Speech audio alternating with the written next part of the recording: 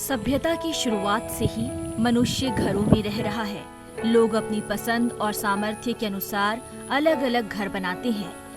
हालांकि असम के इस सुदूर गांव में लोग ऊंचे घरों में रह रहे हैं, जिन्हें टोंगी घर या असमिया में चांग घर कहा जाता है। हालांकि ग्रामीणों के पास अन्य लोगों की तरह अपने घर हैं, लेकिन वे सदियों से अपने सामान्य घरों के करीब बने इन चांग घरों या ऊंचे घरों में रह रहे हैं।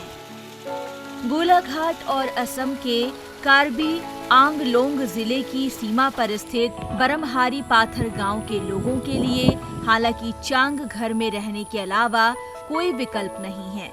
इस सुदूर गांव के 45 परिवार मजबूरी में चांग घरों में रहते हैं। जंगली हाथियों द्वारा लगातार हमले ने इस गांव के निवासियों को चांग घर बनाने के लिए मजबूर किया है, जहां वे रात में सोते हैं।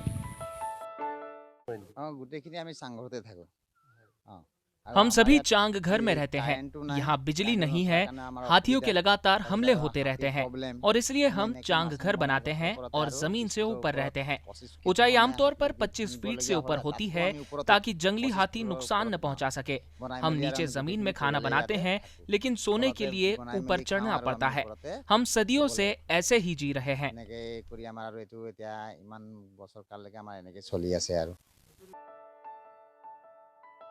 गांव के सभी 45 परिवारों ने चांग घर या टोंगी घर बनाए हैं, जो जमीन से कम 25 से 30 फीट ऊपर है, ताकि ये सुनिश्चित किया जा सके कि हाथियों के झुंड से मनुष्यों को नुकसान ना पहुंचे। जंगलों के करीब स्थित इस गांव में जंगली हाथियों के झुंड का साल भर आना आम बात है।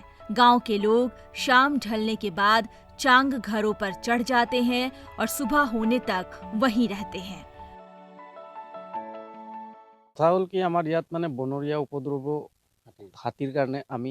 यहाँ मुद्दा जंगली हाथियों का है। हाथियों का झुंड शाम 6 बजे के आसपास जंगल से निकलता है, इसलिए हम उससे पहले अपना भोजन खा लेते हैं और शाम 6 बजे तक ऊंचे घरों पर चढ़ जाते हैं।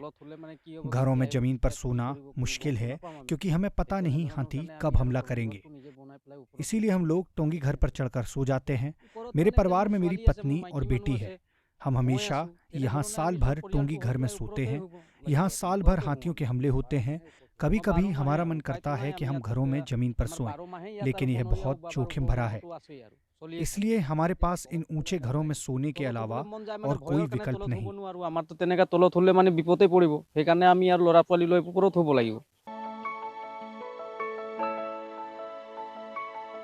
बिजली जैसी मूलभूत सुविधाओं से भी वंचित गांव के लोग अब सरकार से मजबूत चांग घर बनाने की मांग कर रहे हैं, जो न केवल उन्हें सुरक्षित करेंगे बल्कि उन्हें चांग घरों की मरम्मत के लिए लगने वाली लागत से भी छुटकारा दिलाएगा।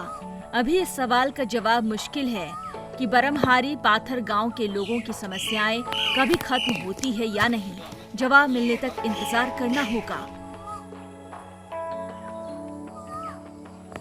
Bureau report, ETV Bharat.